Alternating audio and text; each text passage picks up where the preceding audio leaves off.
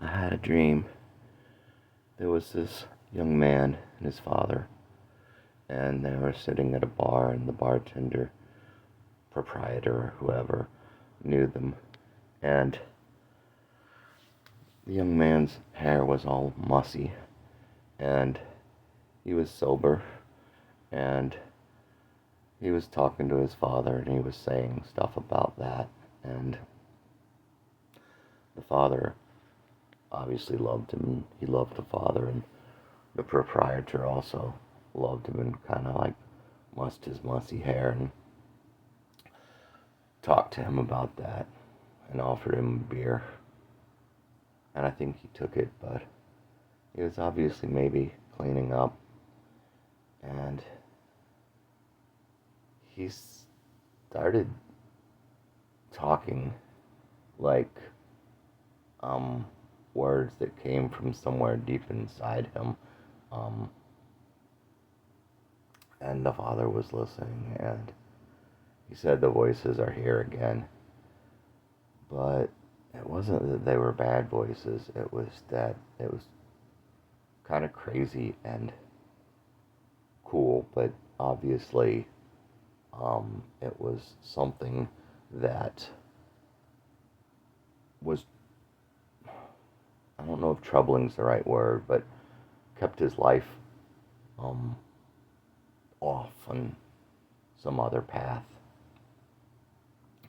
And it seemed maybe the alcohol had something to do with that. And then it flashed back to when he was a really young boy, like maybe 4. He wasn't maybe younger. He wasn't that verbal yet. And he was sitting there and at the family table, he had a glass of beer. And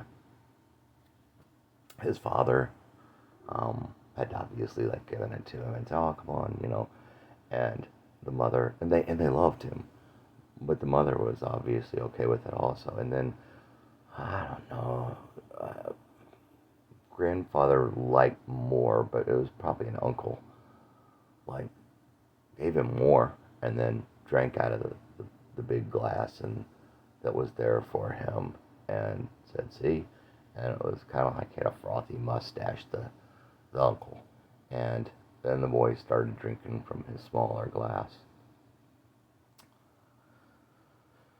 Then, um, some later, some other son had come home, and something important was going to happen, and he suited up like for uh, a rocket trip, an astronaut type thing, and um, man, it's weird because I was there, and I was close to that, and I was thinking, oh, I mean, I was kind of like on the other side of a little fence, but I was thinking that I kind of was supposed to light the rocket, but it wasn't like, me putting fire to it. It was like doing something to part of it at the bottom or something. But then somebody came up and did that as I watched. And I knew it was like, oh my God, I'm so close to this.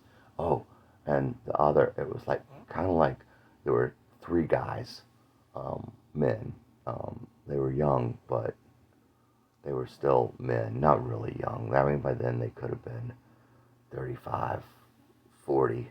And, he was one of them. And the father was like, asking him how he felt about it and was proud of him. And, he was fulfilling some kind of whatever. And one of the other ones was a brother of his, maybe the one that had come, from wherever.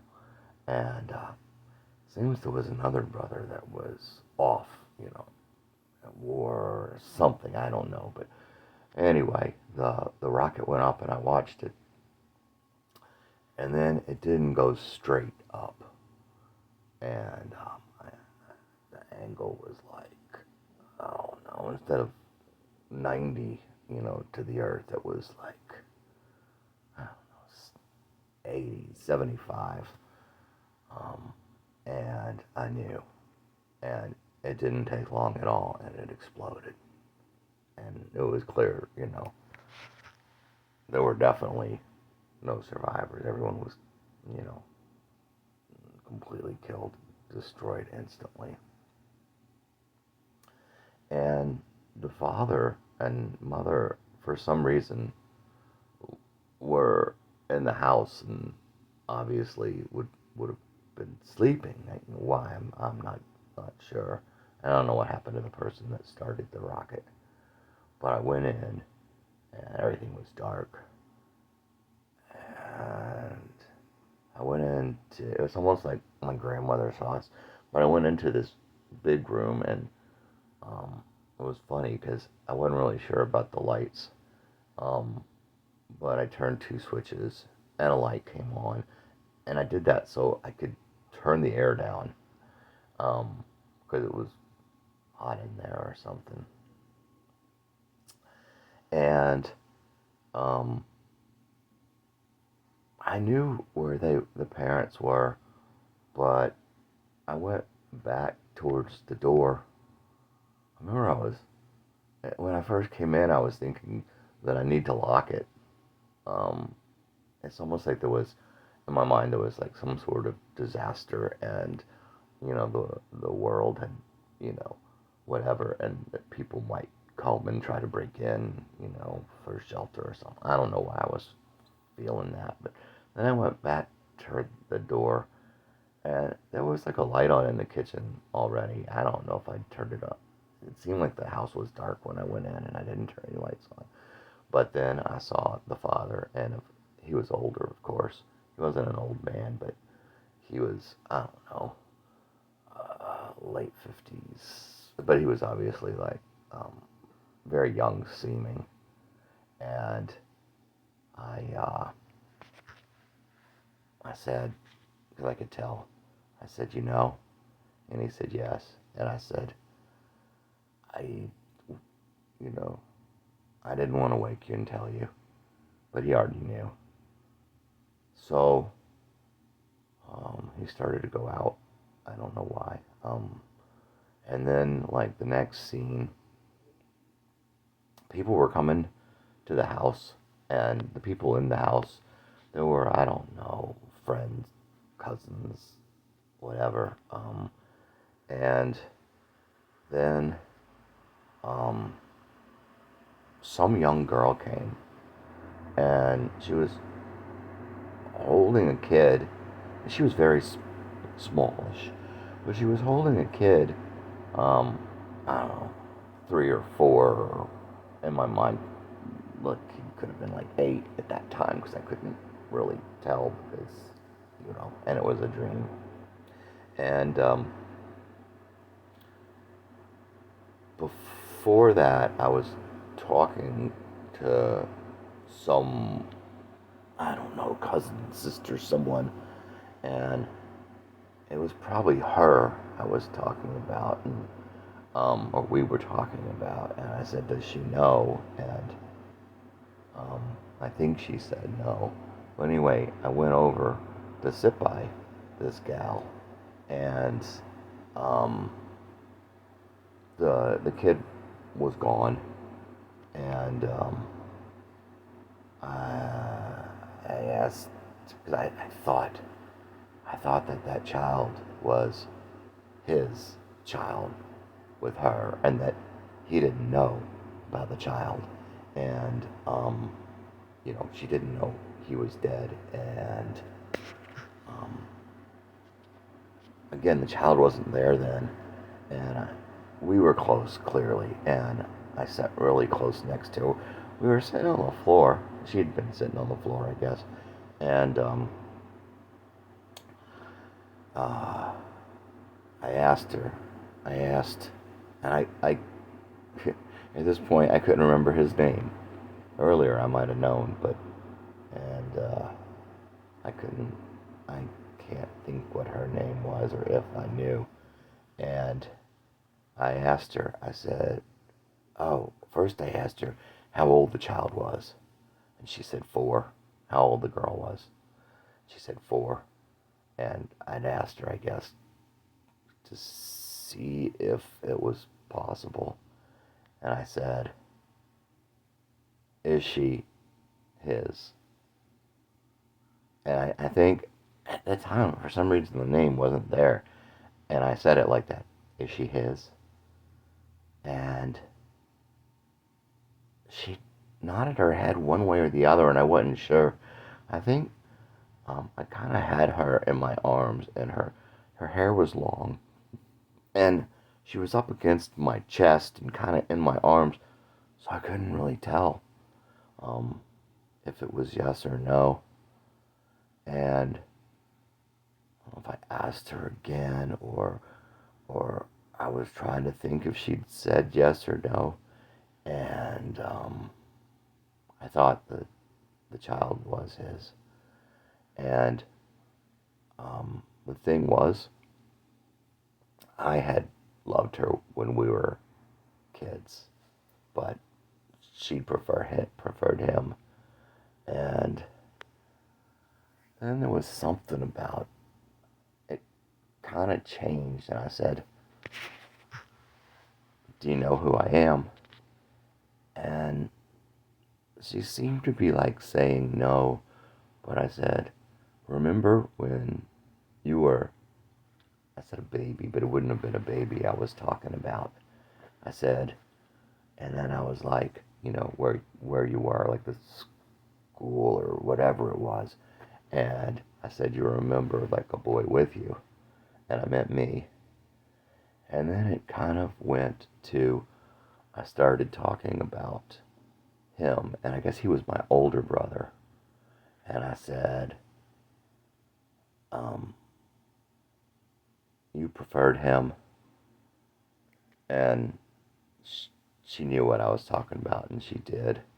And I said, remember that time when the ring went straight for you? Or maybe she'd thrown it straight to him.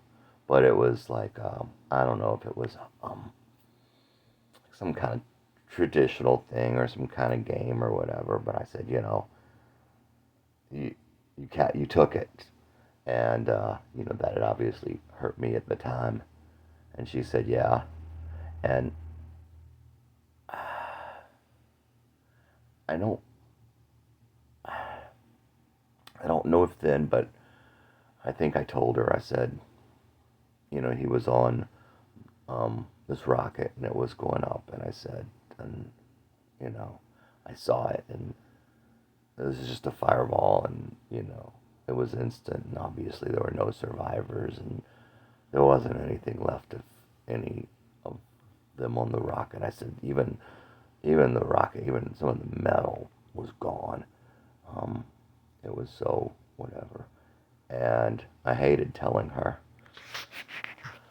Because whether the child was his or not, I knew she loved him. And I said something, and it was caring, even though I can't explain how it was, because this doesn't sound caring. But I asked, and I think because he'd been, touched with whatever that was, and so there she hadn't been with him, but also, he was gone now. So I asked her if she'd wished it had been me. And there was something in there that I had planned on taking care of her and raising the child, but, man, I can't remember about all that.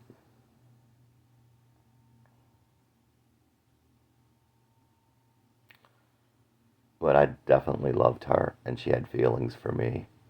And I was also devastated because I loved him.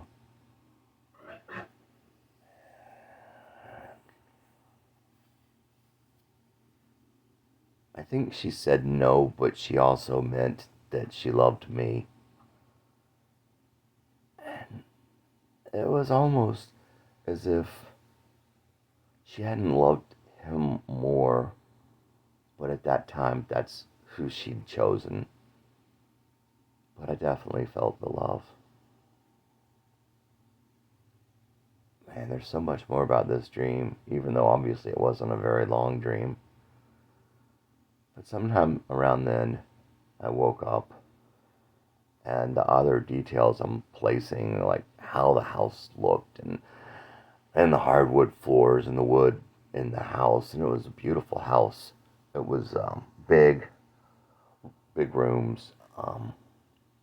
Seems like it was something of one of those, just really, I mean, kind of farmhouse like, but at the same time, very expensive, a very nice, large place. And obviously, the family had some money.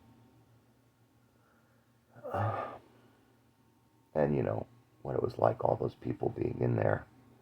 And the feelings, oh man, there were always the feelings in that dream. But I don't think I'm going to come up with any more of it, and I want to go back to sleep.